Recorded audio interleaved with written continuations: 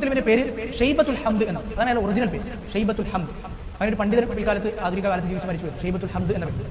അപ്പോൾ അബ്ദുൽ മുത്തലിബ് എന്ന മനുഷ്യൻ വളരെ ചെറുപ്പമായിരിക്കുമ്പോൾ തന്നെ, ജനിച്ച് കുറച്ച് ചെറുപ്രായത്തിൽ തന്നെ ഹാഷിം മരിച്ചു, പിതാവ് മരിച്ചപ്പോൾ എന്ത് ചെയ്തു? ഉമ്മ അബ്ദുൽ മുത്തലിബിനെയും കൊണ്ട് യസ്രിബിലേക്ക് പോയി, മദീനയിലേക്ക് പോയി. പിന്നെ വളർന്നത് ഈ ബനു നജ്ജാർ ഗോത്രത്തിന്റെ അടുത്താണ്. പിന്നീട് വളർന്ന് അത്യാവശ്യം കുറച്ചൊക്കെ വലുതായപ്പോഴാണ് അദ്ദേഹത്തിന്റെ പിതൃവന്മാർ, നേരത്തെയുള്ള ഹാഷിം എന്ന മനുഷ്യന്റെ സഹോദരൻ അബ്ദുൽ ഷംസ്, മുത്തലിബ്, നൗഫൽ എന്നീ 3 സഹോദരന്മാർ കൂടി പറയും, നമ്മുടെ സഹോദരന്റെ മകനാണല്ലോ, അപ്പോൾ അങ്ങ് യസ്രിബിലാണ് താമസിക്കുന്നത്. നേരെ മറിച്ച് മക്കയിലാണെങ്കിൽ ഖുറൈശ് ഗോത്രത്തിന്റെ ഉന്നതരായ നമ്മളോടൊപ്പം താമസിക്കാം, നമ്മുടെ സഹോദരന്റെ മകനാണ്, അപ്പോൾ അവനെ ഇങ്ങോട്ട് കൊണ്ടുവന്നുകൂടെ എന്ന് പറഞ്ഞുകൊണ്ട് ഈ സഹോദരന്മാർ മുത്തലിബ് എന്ന ഈ ഹാഷിമിന്റെ സഹോദരനെ മദീനയിൽ പോയി ഈ ഷെയ്ബത്തുൽ ഹംദ് എന്ന അബ്ദുൽ മുത്തലിബിനെ കൊണ്ടുവരാൻ വേണ്ടി അയക്കാം.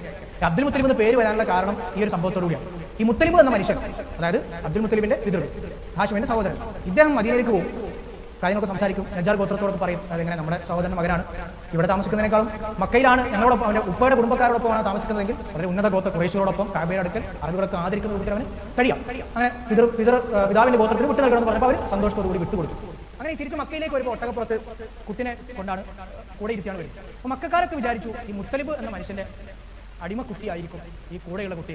അതുകൊണ്ടാണ് അബ്ദുൽ മുത്തലിബിന്റെ അടിമ എന്ന പേര് അബ്ദുൽ മുത്തലിബിന് വന്നത്. ഷെയ്ബത്തുൽ ഹംദ് എന്ന ആ മനുഷ്യന് അബ്ദുൽ മുത്തലിബ് എന്ന പേര് വരാനുള്ള കാര്യം പിതൃവനായ മുത്തലിബിന്റെ അടിമ എന്ന് മക്കാർ ആദ്യം വിചാരിച്ചു. പിന്നെ ആ പേര് അങ്ങ് വിളിച്ച് വിളിപ്പേര് എന്ന രൂപത്തിൽ അങ്ങ് ആ മക്കയിലെ ആളുകളൊക്കെ പറഞ്ഞ് അത് പിന്നെ ചരിത്രത്തിൽ ഒരു സ്ഥിരപ്രതിഷ്ഠ